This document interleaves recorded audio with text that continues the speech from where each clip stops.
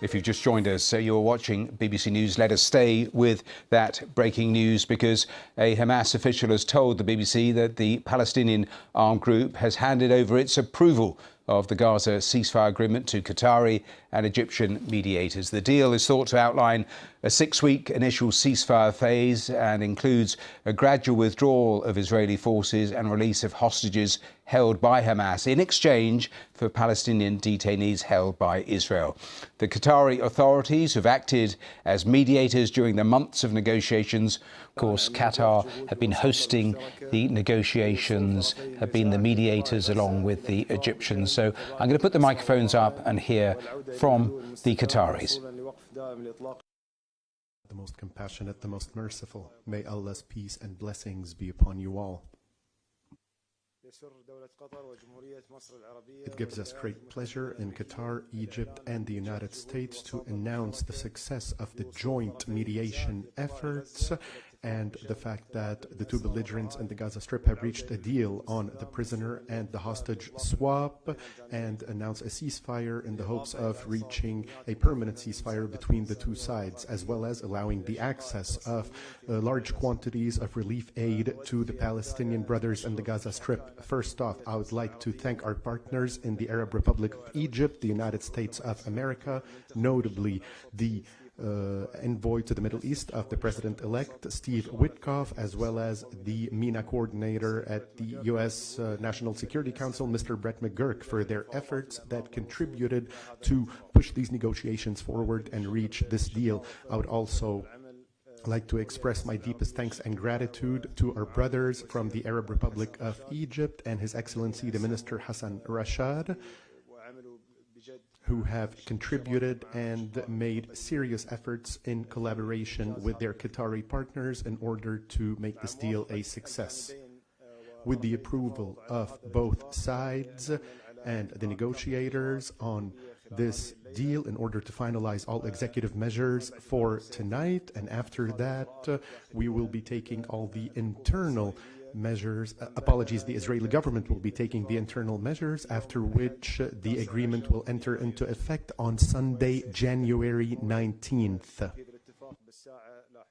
The exact timing will be identified later. The phase 1 of the agreement will go on for 42 days, and it will include a ceasefire and the withdrawal of Israeli forces to the east away from populated areas. Israeli forces will then be positioned along the Gaza border, and which will allow for the swap of prisoners as well as the swap of remains and the return of the displaced people to their residences. This will also facilitate the travel of wounded and sick people in order to receive treatment. Phase 1 also includes an increased flow of relief and humanitarian aid to all parts of the Gaza Strip, as well as the rehabilitation of hospitals, health centers, bakeries, and allowing the entry of fuel and civil defense equipment, as well as basic necessities for displaced people who lost their houses as a result of the war. In phase 1, Hamas will be releasing 33 Israeli captives, including civilian women and female recruits, as well as children, elderly people, as well as civilian ill people and wounded, in return for a number of prisoners who are being held in Israeli prisons. Regarding phases 2 and 3, the details will be finalized during the implementation of phase 1. The state of Qatar reaffirms the necessity of both sides committing to the implementation of all 3 stages of the agreement in order to prevent civilian bloodshed and in order to shield our region from the consequences of this conflict and ensure that we have lasting peace in the region. Qatar will continue its joint efforts with the Arab Republic of Egypt and the United States of America to ensure that all sides are following through with their commitments and engagements and ensure that all 3 stages will be implemented. We look forward to seeing regional and international efforts coming together in order to assist with relief and humanitarian aid and supporting the United Nations in its attempts to enter aid into the Gaza Strip. Qatar will spare no effort to offer help to the families in the Gaza Strip and doing everything that's necessary to alleviate the suffering of the residents of the Strip. Since October 8th, we in the state of Qatar saved no effort with the constant under the constant and watchful eye of His Highness Sheikh Tamim bin Hamad Al Thani. We worked day and night in order to reach this moment. And since our mediation efforts succeeded last November to guarantee the release of 109 hostages in return for a number of Palestinian prisoners, we have been working continuously in order to prevent bloodshed and put an end to the war machine and restore hope for our region in a prosperous future that will allow our people to dream of a better future. For 411 days, meetings and contacts continued with our partners and both sides of the conflict until we reached this long-awaited moment today. However, today begins a responsibility for both sides, who will be supported by the international community and the mediators in order to achieve complete success. And this is what we will be focusing on in the coming days and weeks. I would also like to express our thanks to all our partners in the region and internationally for their support to our efforts all the way until we reach this deal. And in conclusion, I would also like to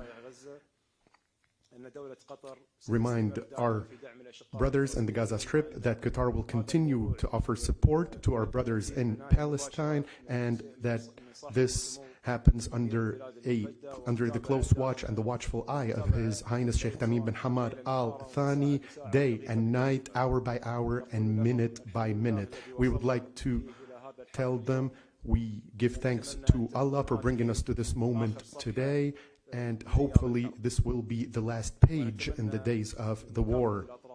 We would also like to call upon all sides to fully commit to all the articles of this agreement and to continue implementing these procedures and measures in accordance with the agreement. The state of Qatar will continue working jointly with its partners in order to make sure that this deal is implemented in full and that calm returns to the Gaza Strip in a sustainable manner, and we will never give up the people of Gaza. Thank you. Israel and Hamas have finally agreed to a ceasefire deal after months of delicate negotiations. Israel's Prime Minister Benjamin Netanyahu has tonight thanked President Biden and Donald Trump for helping secure the deal. With just days to go before he leaves office, President Biden tonight gave details of the ceasefire, which begins on Sunday. Phase 1 will last 6 weeks. It includes a full and complete ceasefire, withdrawal of Israeli forces from all the populated areas of Gaza, and the release of a number of hostages held by Hamas, including women and elderly and the wounded. In exchange, Israel released hundreds of Palestinian prisoners. And during Phase 1, the Palestinians can also return to their neighborhoods in all the areas of Gaza. So there are 3 phases to this deal. 33 hostages will be released during the first 6 weeks, among them 2 Americans. Humanitarian aid will go in. Phase 2 will be negotiations for a permanent end to the war. Hostages and prisoners will continue to be released. Once that's done, Phase 3 will see all the rest of the hostages released, as well as the remains of those who have died. And finally, a permanent ceasefire agreed. Our international editor, Jeremy Bowen, is in Jerusalem. And Jeremy, a huge moment after so many months of war. Yeah, it's been a nightmare for all concerned, of course. And among some of the terrible consequences of what's happened have been as strong, and polls have shown this, a sense of dehumanization on both sides. A feeling among Israelis that because of everything that Hamas did on the 7th of October, how could they ever have peace with Palestinians? And a feeling among many Palestinians that how could they ever have peace with Israelis after everything Israel has done since the 7th of October 2023. A ceasefire like this obviously is going to be fragile, and there are more negotiations ahead. It is not going to be easy. It might well be difficult. I've spoken to senior Western diplomats who fear that after the first phase, the 42-day phase 1, that maybe the war might even resume. But of course, on a day like this, there has to be enormous relief on both sides. In the streets of Khan Yunis in Gaza, overwhelming relief that they are alive, and hope too that the nightmare of this war might be over. When they announced that there is a ceasefire, we felt happy and relieved. The pain has disappeared a bit, even though the pain is still present. but hopefully joy will overcome the pain. Let our prisoners get freed and for the injured to get treated. People are exhausted. Some weapons, some defiance were on show, but Hamas is a shadow of what it was when it attacked Israel on the 7th of October 2023. And apart from survival, there isn't much to celebrate for Palestinians in Gaza. Israel has killed almost 50,000 people at least. The territory is in ruins, and well over 2 million have been forced out of their homes. And in Tel Aviv, it is also a bittersweet moment for the families and supporters of Israeli hostages, living and dead. 33 women, older men, and the sick and wounded are due for release in the next 6 weeks, in return for hundreds of Palestinian detainees and prisoners. But the future of the rest of the hostages depends on more negotiations. And we really hope that no one will mess it up, not in our side, not in their side. And really wait for this very, very needed thing to happen, for the war to stop, for the hostages to come home. Israel's president said the ceasefire was right, important, and necessary. There is no greater moral, human, Jewish or Israeli obligation than to bring our sons and daughters back to us, whether to recover at home or to be laid to rest. The war started on the 7th of October 2023 with a devastating series of surprise attacks by Hamas. It was one of the worst intelligence and security failures in Israel's history. A painful inquiry into who missed the signs it was coming, starting with the Prime Minister, lies ahead. 251 people were taken into Gaza as hostages. Hamas killed around 1,200, mostly Israeli civilians in their own homes. It took days to recover the bodies. Israel responded by hammering Gaza and its people from then until today.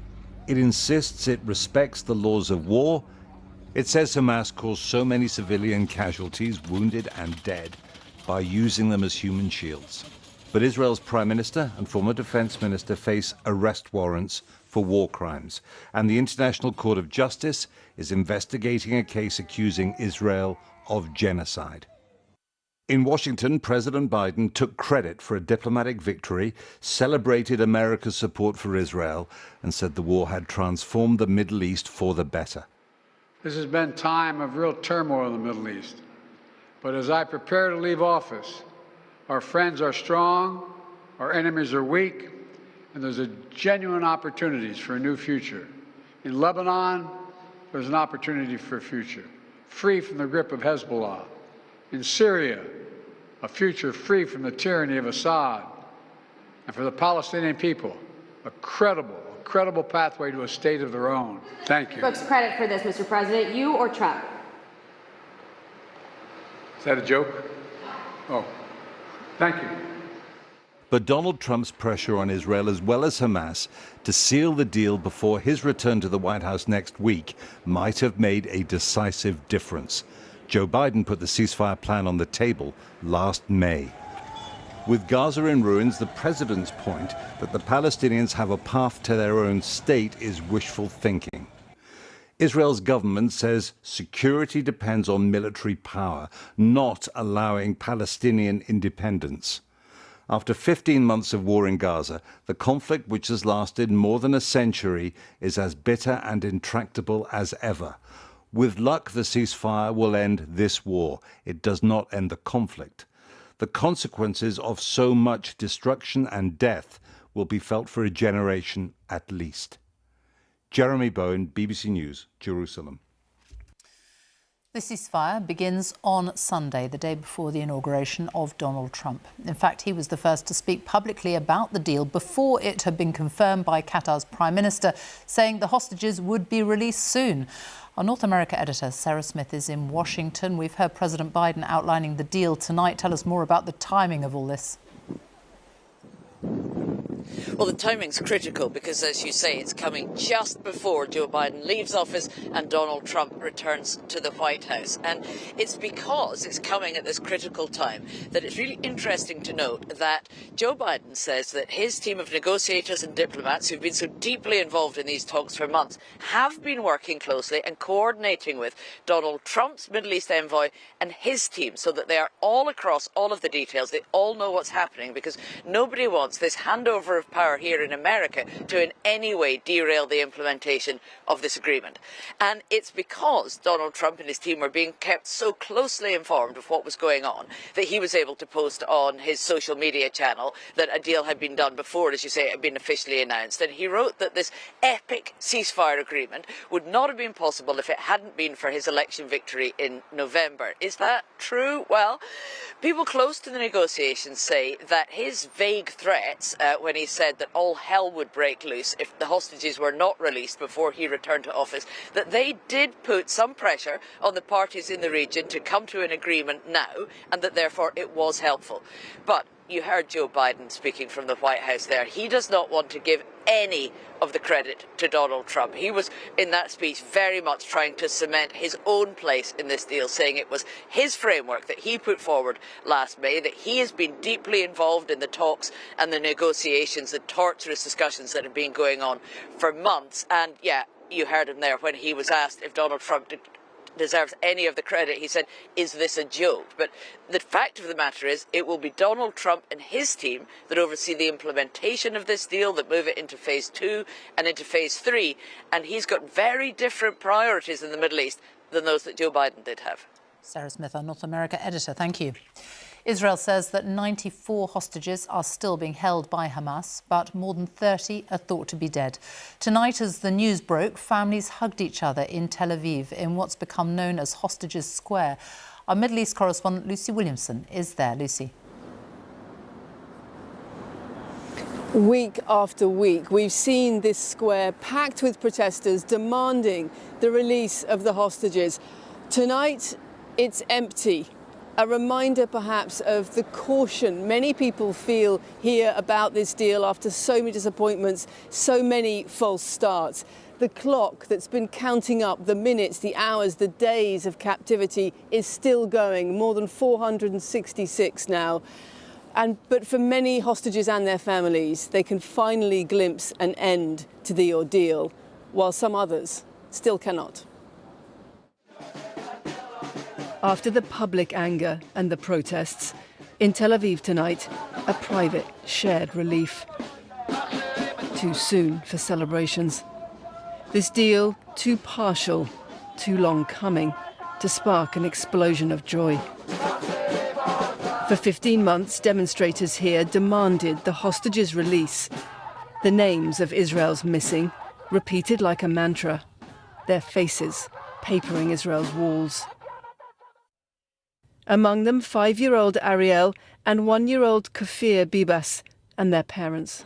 It's like a roller coaster. I'm not breathing right now. We don't know if they're on the list, if they're gonna come back in the first phase, if they're alive. If not, we actually don't know anything, so it's scary. All living civilian women and children are due to be released over the next 6 weeks, along with elderly men and the sick. For now, soldiers and younger men will remain behind. You know, it's part of them, not all of them. And for us, it's only the beginning. We want them all here, okay? Because it's not end and it's not enough if just some of them will come. 251 hostages were taken to Gaza by Hamas gunmen during the 7th of October attacks. Partygoers at a music festival, families asleep in their homes. And soldiers like Nimrod Cohen, abducted with his tank unit near the Nahal Oz military base. He was 19 years old. Since then, his father Yehuda has been campaigning for his release. He believes that Nimrod, a young male soldier, will be one of the last to be freed. I'm done with emotion. That was the first month, the second month. I don't have time for emotion. I'm full job in fighting. I can be the father of Nimrod, once Nimrod is back here. Now I'm fighting to be a father of Nimrod. I haven't talked to him for 15 months, seen him, heard him, okay? Somewhere in the dark, that's the thing. So I'm fighting to get back to be Nimrod's father. Yehuda watched as more than 100 hostages were freed in an earlier 9-day truce. That was over a year ago. Since then, for many hostage families, hope has been frozen. Now, for some, it's starting to thaw.